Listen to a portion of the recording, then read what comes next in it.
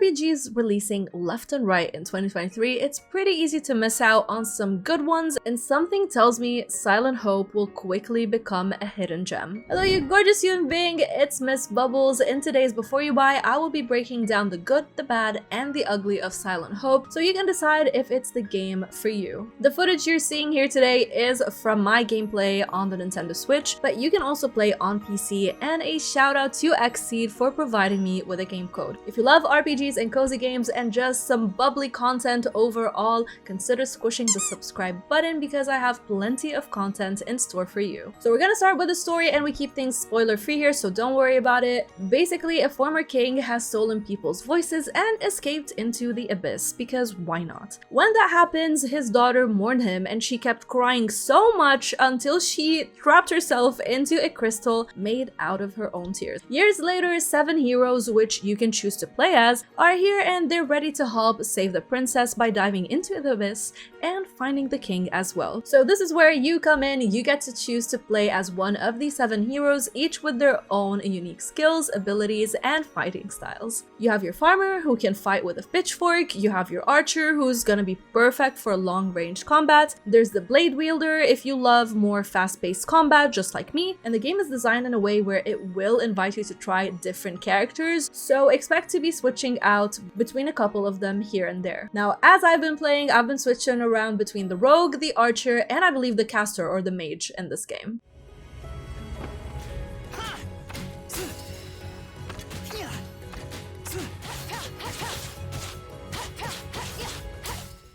And this brings us to the bread and butter of Silent Hope. We gotta talk about the gameplay. This is an action RPG with dungeon crawling mechanics. You have 2 main areas you'll be exploring, the main hub and the abyss. In the main hub, each hero has a different job, which reminds me a lot of fantasy life in some ways. There's your farmer, who will help you harvest crops, then you're gonna take those to the cook, who will create meals that will aid you as you dive into the abyss. You have different crafting stations to make things like dried lumber and stone, which your blacksmith can then use to craft weapons from recipes you gather in the abyss, and so on. When you start, you have only 2 slots at each station to assign tasks to, but the more you play, the more slots you'll unlock.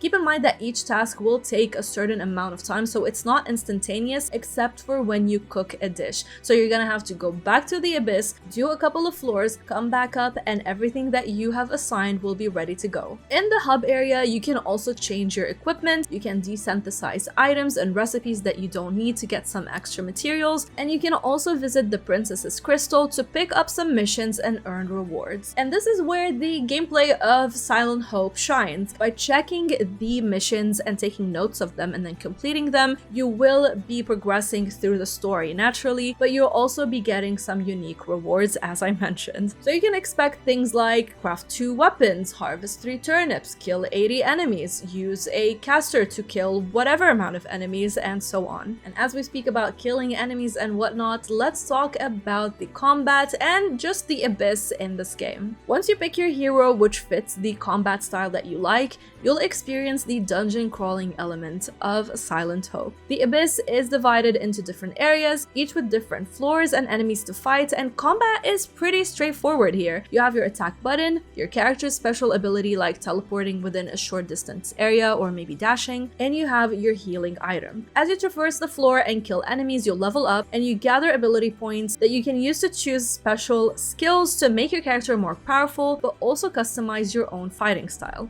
And I really like how the dungeons keep things overall very interesting and a bit varied. You have various treasure chests to find, which give you access to rare and legendary weapon recipes. You have pets that will heal you. There are resources to forge, so you can use them back in the hub to craft. And you also have trials which you can complete to get unique items. So for example, a floor might ask you to kill 20 enemies before you go to the next one, or it will ask you to open up a specific amount of chests. And by doing these trials, you just feel like this will break the repetitiveness of every floor and keep things just a little bit more interesting. You also have memory rifts, which will kick your butt. These take you to a corrupted world where you're gonna be bombarded by enemies, but completing these feels so satisfying because you're gonna be swimming in a lot of really good loot. And let me tell you, they will challenge you. One of them had my heart pounding. I was literally going throughout like the whole place with 1 health, 0 healing potions and about 20 enemies just not giving me a break. So when I tell you the sigh of relief I had when I actually killed them all, like, it was, oh my goodness.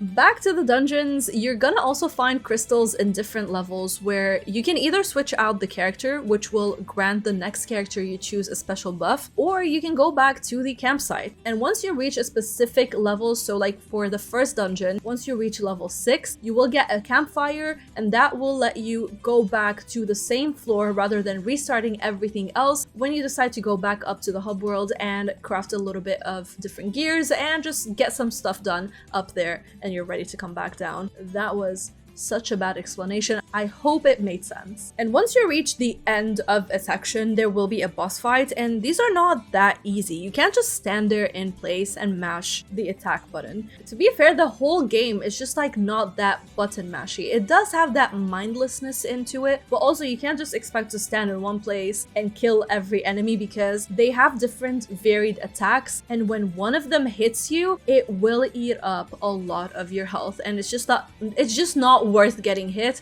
So you gotta make sure that you're out of the way at all costs. And this is pretty much how the gameplay is. You go to the abyss, you complete floors, you see the story unfold, you go back up to the hub, equip better gear, rinse and repeat.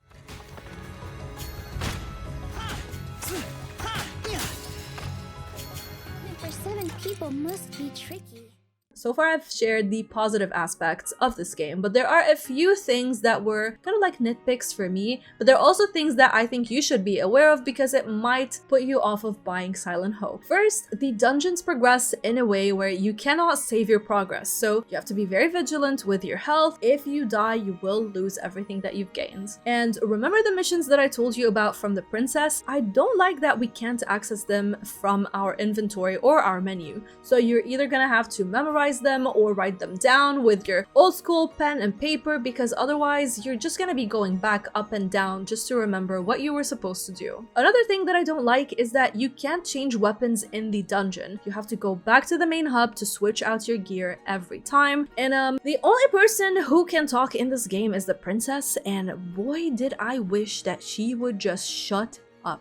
When you're in the main hub and you're just trying to do your own thing and craft your own stuff, she will keep repeating the same 2 or 3 lines over and over and over and over again non-stop, and like, she is so annoying. I was hoping that she would be silent, no pun intended. Also, sometimes enemies spawn in ridiculous numbers in such a small space where you can't effectively get away no matter how hard you try. So when they corner you, that's it, it's game over for you. And I feel like that kind of forces you to choose specific characters to play as. So like ones that will teleport rather than dash, because that will be the only way for you to escape these cornered sessions that you're gonna be finding yourself in. Finally, keep in mind that you need to level up each character on their own. So leveling up one character is not going to transfer to other ones. So unlike, let's say, modern Pokemon games, there's not going to be level up transfers between your characters. You're going to have to play each one on its own to level it up. And for me, honestly, I just don't mind that, but it might be an issue for you. Now, before we break down if Silent Hope is the game for you, let's talk a little bit about the presentation and performance, which I believe are always very important to cover in these videos. The graphics are so beautiful, colorful, and as the devs put it, have a storybook look to them. It really reminded me of the games on the 3DS, of games like Fantasy Life as well, and I feel like that just gave me such a beautiful fuzzy feeling when playing. As for the atmosphere, each area is different, but progressing through the floors can get a bit repetitive. By the way, you also have a map which will guide you, which I'm so happy to see. The inventory and menu systems are minimalistic but get the job done without overcomplicating things, and I like how the HUD is so minimal so you can immerse yourself in the gameplay. In the sound department, voice acting is available and it's very well done. So far, I heard the princess, and apart from her being really annoying at the hub, I have to admit her voice when she's actually saying something useful is pretty cute. Sound effects are also well done. They just give you this very satisfying feeling where you're like, oh my god, look, I got a new thing, and it just kind of makes you very excited. As for the music, I really enjoyed it and it fits the gameplay perfectly. So here's a little sneak peek into all of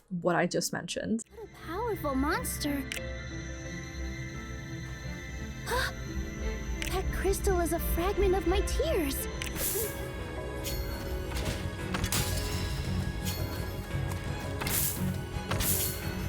Perhaps with the right materials, you can restore its original form. Performance is very smooth in both docked and handheld mode. I had no stuttering, no issues, no bugs, none of that, and I have to say it's always a breath of fresh air for a game to run decently on the Nintendo Switch. So we talked about the good and the bad, but is Silent Hope the game for you? That's what we're here for. We're gonna go with Silent Hope is the game for you if, not for you if, and my personal verdict. Silent Hope is the game for you if you love diving into a fun RPG with dungeon crawling and rinse and repeat kind of gameplay. You're gonna be in the abyss, gathering resources, killing enemies, leveling up, going to the hub, crafting better gear, and do it all over again. It's for you if you're looking for a game to play in bite-sized sessions, because this one is just perfect to pick up, play a little bit, and then move on to something else. It's for you if you don't care about a super deep story, especially with all story-heavy RPGs we've gotten this year. I have to say this was definitely a welcome change for me. And it's for you if you love rewarding gameplay systems, because everything you do here is just so satisfying, especially as you slowly upgrade your gear and you feel overall more powerful. However, Silent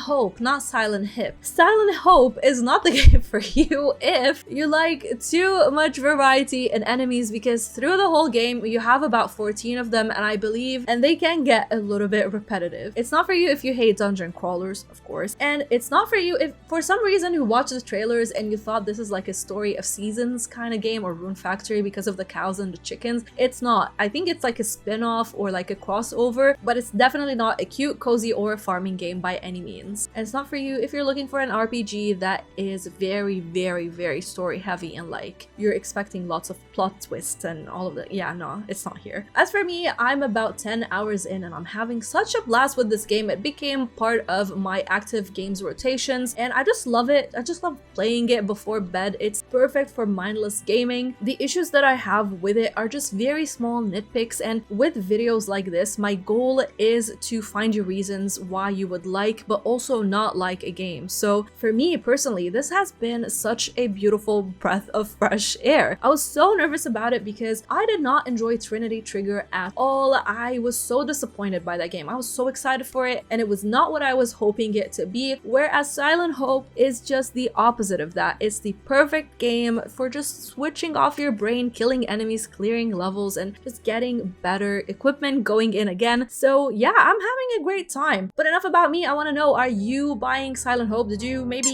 buy it already and you're playing it? Have you decided to skip it, or are you gonna wait for a sale? I'd love to hear from you. Let me know in the comment section and let's carry on the conversation. If this video helped you out, let me ask you for a favor. Please squish the like button so we can smack the algorithm right in the face. If you want to check out my Trinity Trigger video, which is also from Marvelous and Xseed, then I'm gonna pin it for you in the comments.